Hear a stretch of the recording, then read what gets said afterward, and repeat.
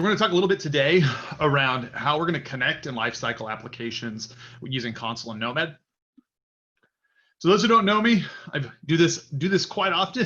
So I'm sure many of the people watching already know who I am by this point. But if not, my name is Cody DeArkland. I do technical marketing for Consul. I work alongside Peter and Freddie and Matt and all the people who have presented today on how we can tell the stories about how Consul does the things that it does in really interesting and creative ways.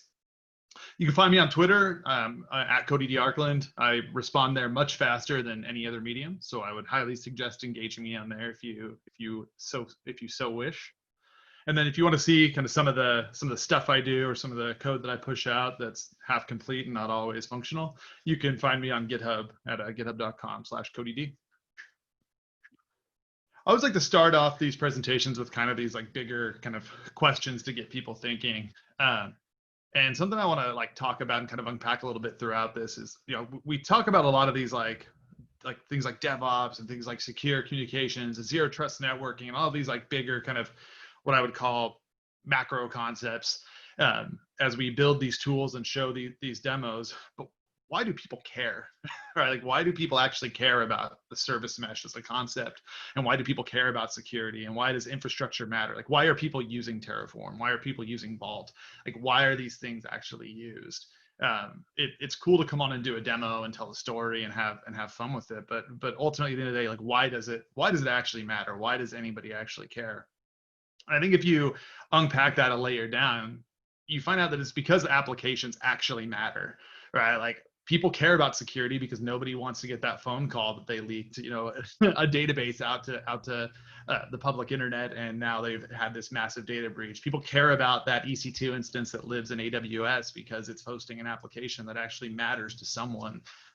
It might be a low impact to the business, but the person who owns that application probably cares about it in some way. Or it might be something like a medical system, especially with everything going on right now, where it's like critical operations and lives matter. So like thinking about the application at the center of everything we do is super important.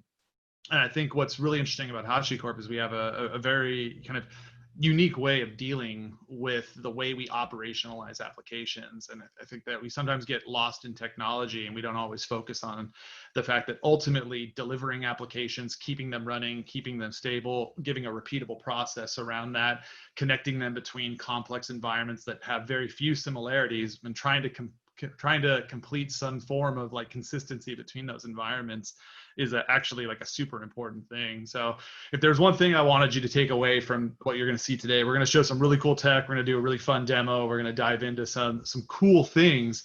But what I want you to take away is this is all about making the application matter and treating the application as truly a first-class citizen in the data center, because really the application is what matters. So we've all seen kind of the HashiCorp story around our products. We have this concept of provision, secure, connect, run, and it's kind of the different stages of where we take applications inside of the enterprise, or even inside of kind of regular developer environments, non-enterprise scenarios. Like, we tend to bucket things into these macro concepts, and these are all part of an overall application journey. We're going to start off talking a little bit about the connect section in Consul.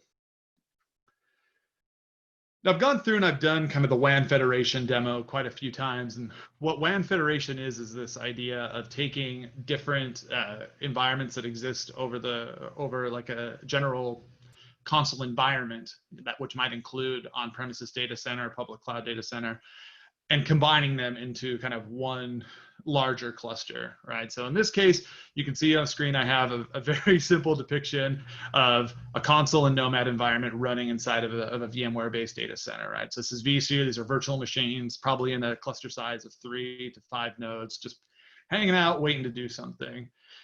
And for a long time, this was good enough, right? We'd use Consul as service discovery. We'd use it to automate things like Nginx, HA proxy. We'd tap into like F5 and drive automation there. But what we've seen is, as customer environments have expanded, as cloud native operating models, DevOps, things like that have taken place, we've seen these different islands start to develop inside of these environments. And now you've got really this customer environment that is represented by this on-premises data center, but also these kind of spokes, if you will, off of the hub of, a presence in AWS, presence in Google, presence in Azure, Kubernetes clusters within that vSphere environment, but maybe operating with complex networks that make it not really the same as the traditional like data center environment is. So these things are operating usually in kind of segmented islands, and the developers popping in doing work there, and it kind of rolls back to the enterprise as a whole, but they're fairly disconnected. And what people like Peter and Freddie and I and all the people who kind of work on Consul talk a lot about is how do we create consistency between these environments? And how do we take these things that have very little similarities between them and establish a consistent way of communicating those?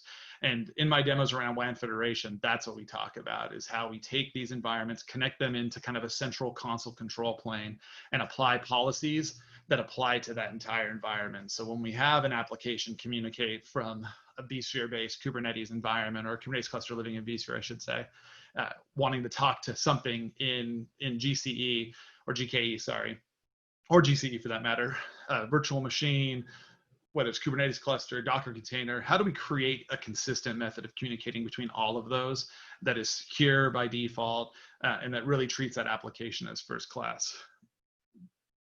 And we do that using kind of WAN Federation is a functionality that we've added. And what that functionality does is allow us to expose those servers over a single port and allow all communication to take place between those environments. And in this demo, we're going to build on a previous WAN Federation demo I did, where I took a Google Cloud Kubernetes environment, a Amazon EKS environment, vSphere Cube cluster, and joined them all into kind of one massive Consul environment. And then we're going to take traffic and move them between the environments. Kind of as a refresher, getting started with WAN Federation is a very, very easy thing. I try not to use that phrase often because I think that in tech, we like to throw around making it simple or making it easy. Easy is not the same for everybody, right? Like things are tough for different skill levels, and people have talents in different areas. So I try to be very sensitive to not assuming levels of knowledge.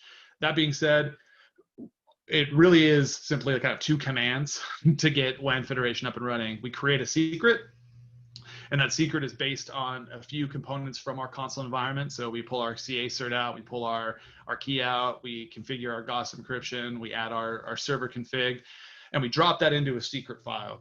We apply that secret file to our destination cluster, and then we run a Helm install to install. And you can see a sample. This is actually from my environment with a couple of things obviously hidden out.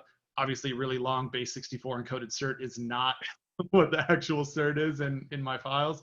I have all of these examples in a Git repo. You'll see a link at the end of this. I dropped it on Twitter, so if anybody wants to see those, you definitely can. But in this example, we apply the secret, and then we do the Helm install. And this will actually bring up Consul on the Cube cluster and join it to our existing Consul environment over that mesh gateway. And part of that server config JSON has that like load balancer address in it. So for external systems, we're going to use the external IP. So in my home lab example, I've natted that out to the edge. So you hit my public IP, there's a port behind it, and then you're able to connect it into my mesh gateway, as long as you have the CA cert, CA key, and the gossip encryption key.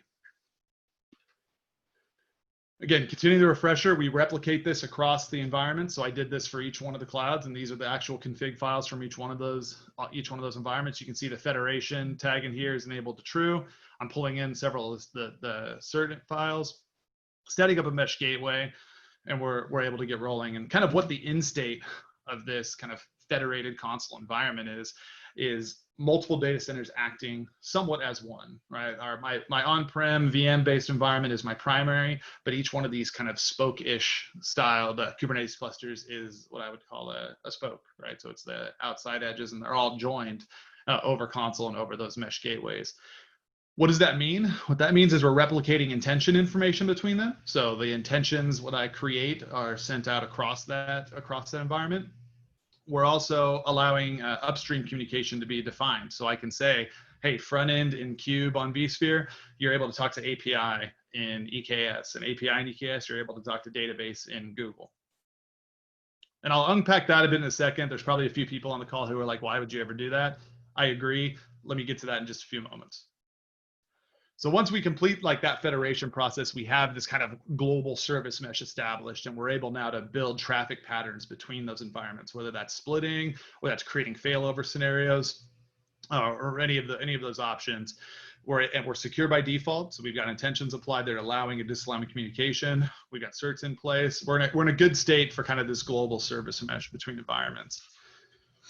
But as I started off the conversation at the beginning, this is about the application. This is about running, and Consul is, you know, dare I say, useless without applications behind it, right? We need to have applications in there to actually take advantage of service mesh, to take advantage of the key value store if you're in that world, to do service discovery. All is based on having applications leveraging Consul. So now we're going to jump in kind of to the run portion of our presentation here. And again, all of this is going to be demoed in a demo after I finish the slides up. So let's talk about Consul and Nomad. This is a special place in my heart, these two products, because I think that across the entire Hashi stack, the Consul and Nomad have the best better together story. There's a lot of integrations there that really make running applications and then discovering, meshing, and creating communication between those very, very like seamless for people who are getting started. In Consul, you've heard me talk about this a bit so far. We really focus on creating connectivity between inconsistent environments, and that's a phrase that I want to stick with you, because like when you look at, you know, cube environments, you might have routable pods, you might have non-routable pods, you might have virtual machines that live alongside those in different VPCs. You might have function as a service, Docker containers. All of these are different types of networking. Ultimately, it's all connectivity at the end of the day. Like bytes got to get from one place to another. But they are different environments, and what we focus on is how to create connectivity between those inconsistent environments in a consistent way. We have the ability to apply policy-driven security. Like, for example, we want to apply intentions. We want to control the way traffic flows. We want to do traffic shaping. These are all things that we can apply via policy, and then ultimately those get stored alongside your application as code. And these are things that live maybe in your Git repo and are part of the kind of the identity, if you will, of your application. So when you clone down that repo, you have those service definitions and you have that traffic policy that you expect to be applied. Flipping the page to the Nomad side, Nomad focuses on orchestrating the runtime of the application. There's probably a few people on here who are saying, well, I'm a Kubernetes shop, or I don't really care about Nomad because I'm a kube. These things exist together. I think of these things as tools on a tool belt, right? And more tools is better than less tools. If all you have is a hammer, everything's a nail. But when you start to bring in like Nomad and Kubernetes, now you have a hammer and a screwdriver or a drill. You have these options for ways to run inside of an environment. And what's really powerful on Nomad is that we can expand beyond just container workloads. We can run Java-based workloads. We can run static execution or static binaries on an environment. We have the ability to dynamically pull down artifacts. So Nomad is really about how we take and orchestrate the running of an application. And that application could be in a number of different platforms. But something that I want to focus on in this presentation is the life cycle of those applications. You know, it's cool to get something up and running. We can all do that probably via bash script or a systemd job, but orchestration is a very different thing. And orchestration to me is how do we control when that application goes down and comes up as a new version? How do we cycle that application out for a new one? How do we control the flow at which that application is released into production? And how do we define that in a repeatable way? So again, like the as code approach. And you'll notice that on that final line of the slide is about like those different as code approaches. You'll see this as kind of an ethos of HashiCorp. We like to do things as code. Ultimately, your application runtime should be stored alongside your actual application code, right? So when you have that definition of the Nomad job, or even taking Nomad out of the picture and saying Kubernetes, that deployment YAML should be stored alongside your application binary, so that when you get to runtime, those artifacts are there for you to consume. So we're a big fan of the as code approach, both from a Consul and a Nomad standpoint.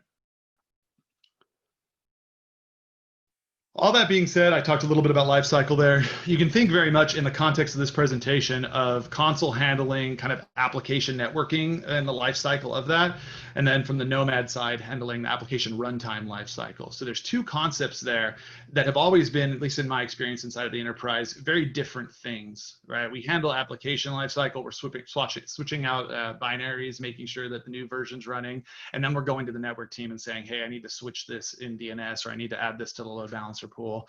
But when you combine these two tools together, you have this really powerful way to unify lifecycle of the application, and you're handling application networking as a first-class construct, and then the actual runtime of that as a first-class construct. And you do these together in a very fluid way. So back to this diagram again, and I said that I would unpack a little bit about the whole app stretching across an environment thing, which I definitely want to do now. So in this case, we're running our application across these Kubernetes environments. And we have a front end living in the Kube environment on-prem. We have an API living in AWS and a database living in Google. This is horrible architecture, people. Like, I don't want to advocate that this is a good idea by any means. The point of the demo was to show that we can create that connectivity between these environments in a very straightforward way. The point is not to architect it correctly for the demo.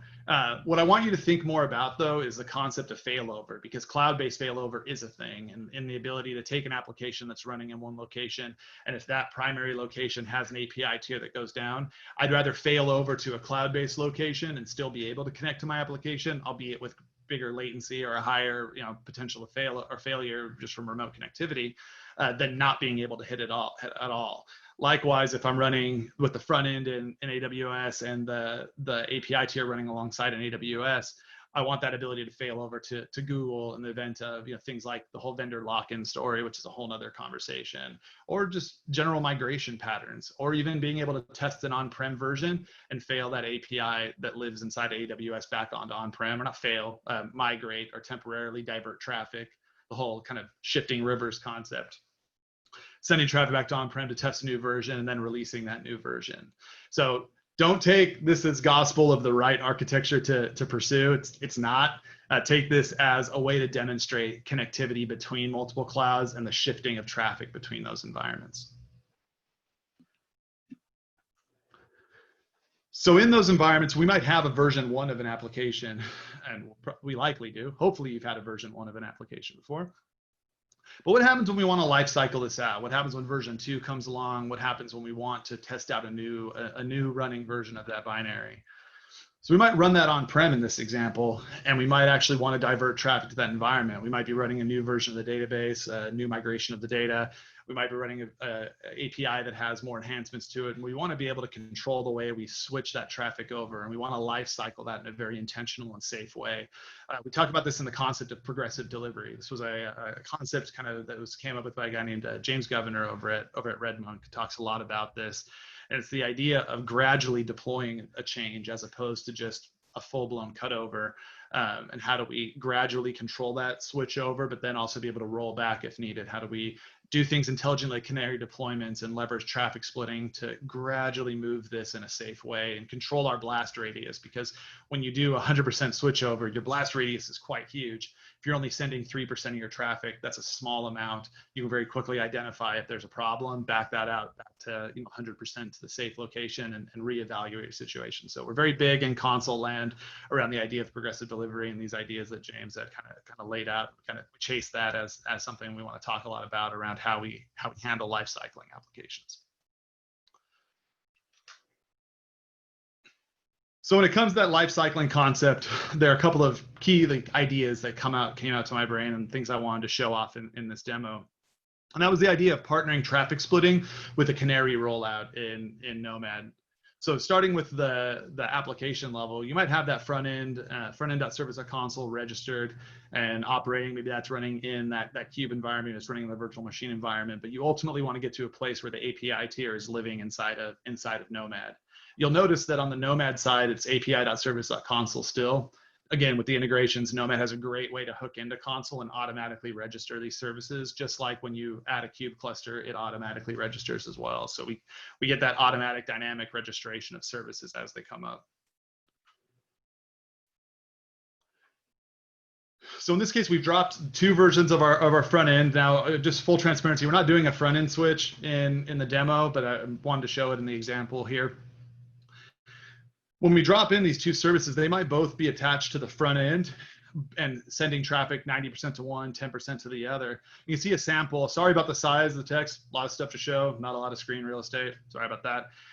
But the service definition on the bottom is similar to what Freddie showed when he was working with the ingress and terminating gateways, but it's a service splitter, and we're sending 90% of that traffic to the first front end, but then sending 10% of the traffic down to the second one. So what that means is when Consul intercepts that request to hit the traffic and that network level request to resolve that front end, Consul is saying, hey, 90% go to the original, but I'm going to carve off 10% and send it to this other location.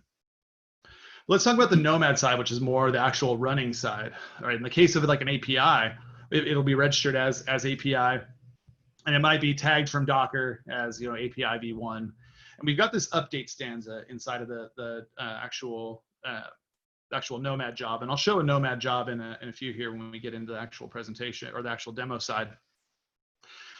We have the ability to set the maximum amount of parallel updates. So in this case, I'm running 3, so I only want one service to go down at a time. This keeps me up and running, right? So I always have one version up, or at least actually 2, because it's only going to cycle out one at a time. It's going to want it to be at least healthy for 30 seconds, but if it's not healthy for 9 minutes, it's going to yell at us and say bad things are afoot. So it's got some intelligent checks there to make sure that things are actually working right. You see I've enabled Canary here, and what Canary is going to allow us to do is bring up that second version of the application, but it's going to bring it up in parallel to those other 3. So ultimately, we're going to end up with 4 services running as api.service.consul, and 25% of that traffic is going to be hitting that new version for us automatically. And I can choose to promote that up. And if I do, Nomad will orchestrate the pull down of the previous versions and bringing up the other 2 nodes to get us back to that 3 out of 3 healthy state. Like I said, we'll show this in the actual demo. So in that case, like we've taken kind of the application lifecycle from a network standpoint and shown how we can control the network flow of traffic, but we've also taken the runtime state and shown how we can control which version of that is running and how to lifecycle that out. These are different tools, obviously, different capabilities in kind of the HashiStack tool belt. How do we manage those and how do we control those? And we do that using Terraform. And there's a lot of really powerful ways why Terraform is kind of the right way to do this. It gives us a consistent method of application, right? We define these Terraform manifests, and as we apply these manifests, we're constantly updating the environment, and that is all tracked in our Terraform state. And it's very iteration friendly. So when I go in and I change that from a 90-10 to, I say, oh no, it's broken, it's not working, back to 100-0, or it's looking good, I'm gonna go 50-50. That's all stuff I can iterate on very easily with Terraform. Iterate, Terraform apply, auto approve if you want to do things without any worry about risk, or you do a Terraform plan, see the plan, and then execute it. We can iterate on this very quickly. Something to call out, and I don't use it in this demo, just ran out of time just to be completely transparent. We released the capability of private networking with Terraform, and this brings up an interesting capability of using Terraform Cloud against environments that typically don't have connectivity to Terraform Cloud. So like an on-prem vSphere environment, isolated environments, we can run that Terraform agent on in that location and have it communicate back to Terraform Cloud. So I could be applying all of these Nomad jobs to an on-prem Nomad cluster using Terraform Cloud, and it will work flawlessly as long as you have connectivity allowed outbound. So it opens up a lot of doors for management, and that applies also to private networks inside of HCS with HashiCorp Consul Service on Azure, or AWS with like HCP as an example. It wouldn't be fair to talk about all the other products and not bring our friends Vault into the picture also. You'll see Vault pop up a little bit in the demo. It's not at the front of the show, but I use Vault in this demo as a method for storing my secrets for the API tier and how it communicates to the database tier. So you'll see that running in a few kube clusters. We have first-class integrations with Kubernetes for Vault, so it runs as a Helm chart just like Consul does. Very easy to get up and running, very quick to get up and running, and being able to actually store your secrets in a dynamic and safe way. So I use that in the demos as a kind of method of getting my secrets into pods and automatically injecting those secrets in. So definitely check out the Vault story. What you're going to see here is kind of an end-to-end demo of all of these tools kind of in action. So I'm excited to take you on a spin. All that talking, now we're on to the good stuff. So you can see I have a GitHub repo up here, github.com, coded, Consul app lifecycle. You can go in here and you can actually see the definitions and the actual service splitting and all of the application side stuff that I'm going to work with here. So take a look, hit me on Twitter for questions or in the Q&A chat. Meanwhile, let's get into the good stuff.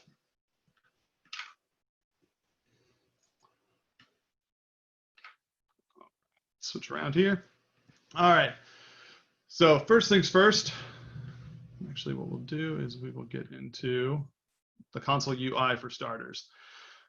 Just to get us started in a smooth way, I've actually started off with a few of my services in play already. So let me refresh the screen, get us back to baseline. Here we go. This is our virtual machine environment. So this is our primary data center. You see, I don't have really anything running in here. I have a mesh gateway. I have my health check from my NAS UI. I have Nomad up and running, but there's no services actually running in here. And if I click through, we can see all of these different environments. So I have console running. I have a mesh gateway up and running. I have an ingress gateway up and running. What I'm going to do real quick is I'm going to switch back into, let's move this around a little bit real quick. There we go.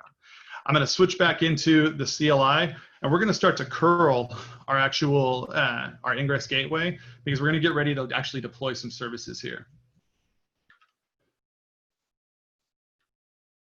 So we're going to go ahead and do we'll switch over to the other window, do a fun little while loop that I have tested a few times. So we're seeing connection refused. Freddie talked a little bit about intentions. For the sake of simplicity of this demo, I've done an allow all.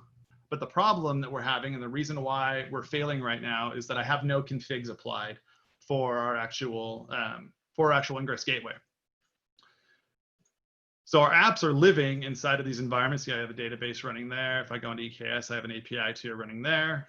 If I go into Cube, I have a front end running there. But we're not actually hitting it through the ingress gateway yet. And we use the ingress gateway so I could do intelligent traffic policy in front of that. Again, not captured in this demo, but it's something that we would normally do. So what we're going to do now is we're going to apply our first configuration that's going to deploy out our ingress gateway config. We're going to start seeing resolution for this between the cloud environments. So what we're going to see is that our VM environment is acting as a central control plane. We're applying our Terraform builds to our Terraform manifests to this cluster, and that traffic policy is kind of shipping out to those Cube environments. So the configuration for ingress gateway, the upstreams are all configured as part of the actual deployment of those applications. But specifically, the ingress gateway config is what we're going to show here. So I'm going to flip back over. You can see we're still failing.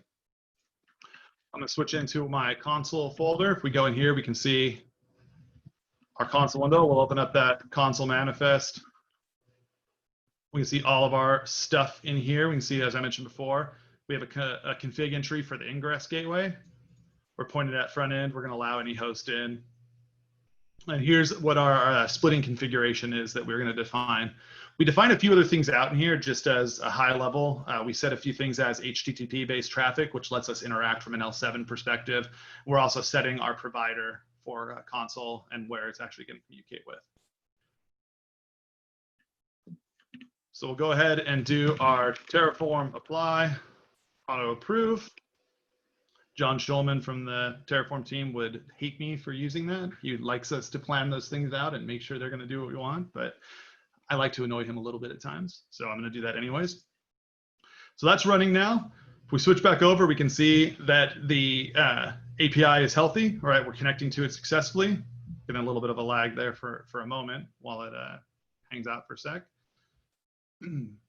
So if I come in and I cancel this out, and I grab this URL here, we should be able to bring this up in a few moments. There we go. So that's up and running. In a few minutes, it should finish connecting to that back end, and we'll be able to cruise forward. Now, again, if I destroy this, if I go in and I run a Terraform destroy on this, it's going to back out that configuration, so I can easily back this out if I didn't want that configuration in place anymore, right? So I can roll that back out if I want to, and it's going to go back to failing as it was before, right? So we're getting that connection refused.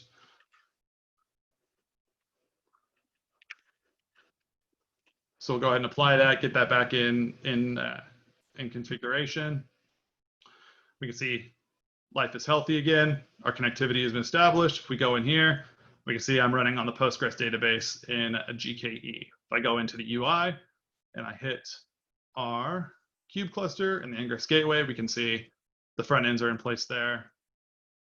Everything is looking good. but we're operating in a state where all of this is operating across these 3 Kubernetes clusters. So let's get started bringing these jobs into Nomad.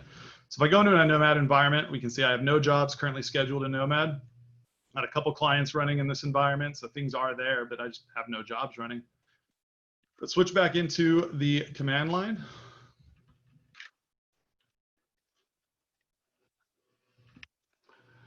We can see I have a number of jobs in here, so that like the API, DB, Jenkins, Nginx. We're specifically concerned about the API, and I'm not going to necessarily decompose this entire job file, but I do want to show a couple of the things that we talked about previously.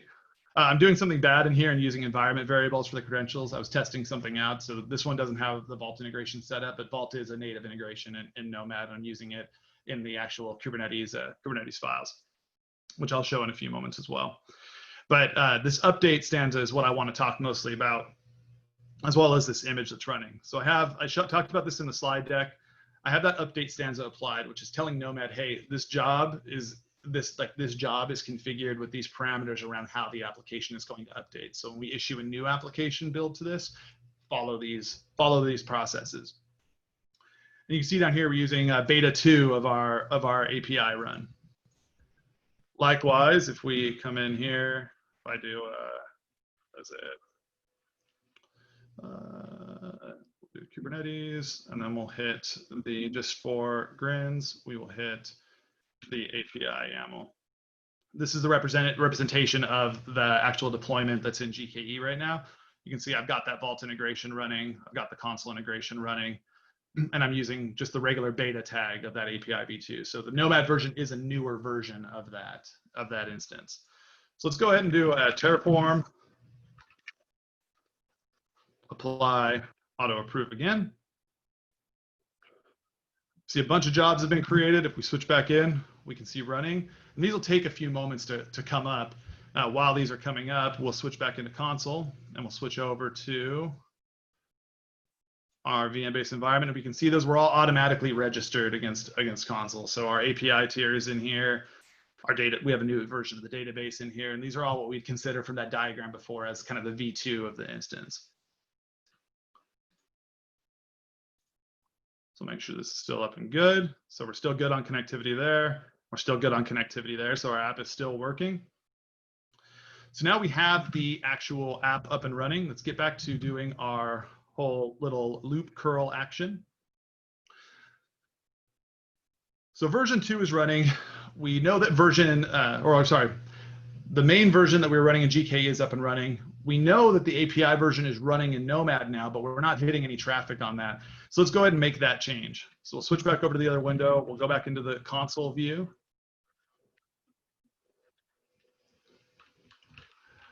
And we'll go ahead and edit that console file. And we'll go down to this splitting section. And we'll change this splitting down to 50-50 so that we can be super aggressive with it. So we'll apply that change. And we can see that version 3.0 is picking up now. So we live switched this traffic now. So it's important to think of the architecture of how this is working. This is now going through the ingress gateway that lives in Cube, hitting a front end that lives there. That front end is talking to the central Consul cluster and saying, hey, where should I send traffic for the API service? And Consul saying, half the time, send it to me and this Nomad cluster over here. Other half, send it to this remote Consul cluster over here.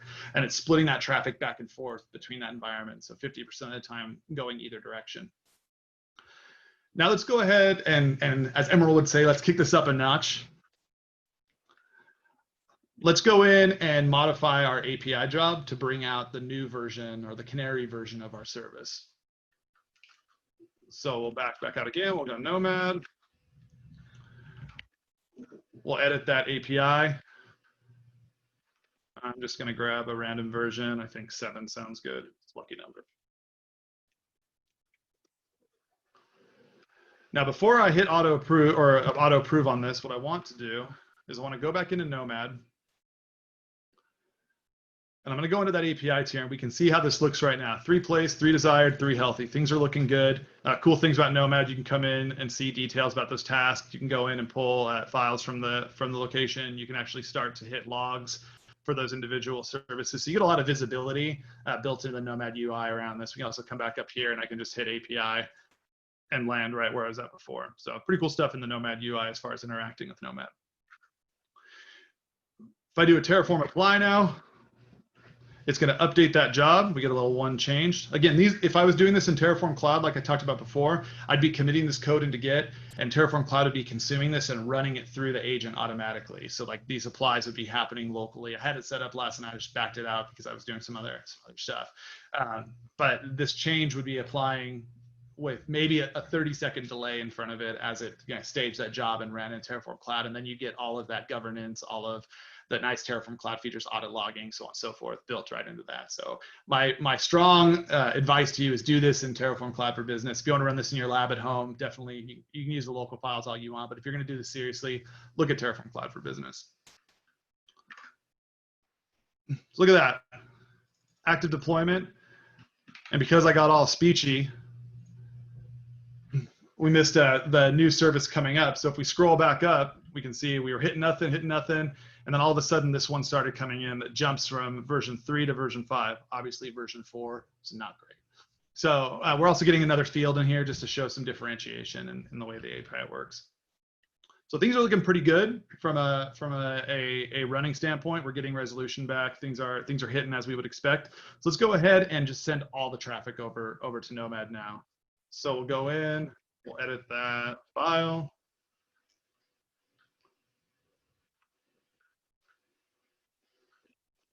Do a 0 on that. We'll switch this to 100. Again, I could be doing this in VS Code, but I'm already in the terminal, so why not? We'll do that Terraform apply again. And we can actually watch it adjust and send all traffic to both version 3 and version 5. So that's running. It's running. All traffic's sitting there now. And it's splitting traffic between those services. So even though it hit it kind of 5-6 times in a row, it actually over a span of time works out to about 25% because it's moving between each version. So things are looking good. We're not getting any failures. Let's go ahead and promote this up so we can see our canary is healthy. Things are registered successfully. Things are good. Let's hit that promote canary button. And we can actually watch it start to flip that service in our loop curl as it starts to cycle out. So what it's doing now is it's using that parallel flag inside of the update stanza, and it's saying, hey, I can only do this one at a time. So it's bringing down a container, bringing up the new version 7, beta 7 tag that I used before. And it's cycling through that process every time, right? And bringing each pod down, or each Docker instance down. And mind you, these are just VMs that are running inside of my personal environment at home in my lab, right? So these are 3 Nomad VMs that are just running Docker, and Nomad is orchestrating all the things between those Docker. This could very easily be just static binaries on those services as well. Like if I move my API tier out of Python like it is now and put it in Go and ran that as just an executable on those, like it would work the same way. So we can see things are gradually moving over. We've got 2 out of our 3 healthy. It's waiting for the 3rd one to kick over and be healthy now. We're probably seeing a couple of instances, maybe not actually, of it transferring over. And one thing I didn't get to show is if we were in here and looking at API, you would have seen the new services register and gradually like swap out. So you'd see the 4th one come in, so on and so forth as it backed around. So still waiting for that to finish getting fully healthy, but as we can see, like our resolution is fine. We didn't drop any traffic. Like you didn't see any errors in here as like the loops failed. Likewise, if we go back to our application now and hit this, after a few moments, it should refresh. Oh, you know, it's not going to because I deleted the database last night. So if I came in here and said, what environment am I on? Postgres in Nomad. And hit submit. We can see that saved there. And just to highlight that, what I was actually trying to show here, I'll flip this back over. I wasn't going to do it this way, but we will anyways.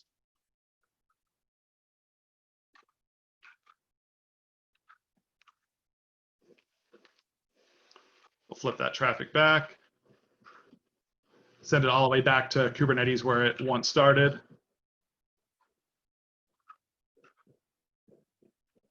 And actually, if we go in real quick and I hit refresh, we're still running on Nomad. If I apply this change, it's going to send it back to the other direction. And if I hit refresh, we're back in GKE from whence we came. And we'll wait for that database to finish. There we go. We're all green again. And that ultimately is the entire flow of the demo, right? We could go now in, like we could originally, I could send that traffic to Nomad, update the one in Cube, send it back to Cube afterwards. And I have a very seamless process here for failing that traffic back and forth between the environments. Again, the big things I want everyone to take away from this is that we have the way with like using all of these products together to really handle lifecycle between all of these. You can see I wasn't going in and editing credentials. That stuff was all pulled in from Vault. I was applying this stuff in a central way using Terraform. I'm controlling both the application networking lifecycle and the application runtime lifecycle between Consul and Nomad. And it's a very fluid process. And as someone who likes to write apps, likes to deliver apps, it's a very like seamless experience to move this stuff through the kind of the entire tool chain of deploying out an application and managing it in an environment. So that's the end of the demo. That's the stuff I wanted you to get out of it. I hope you enjoyed it. Peter, you're up to bat.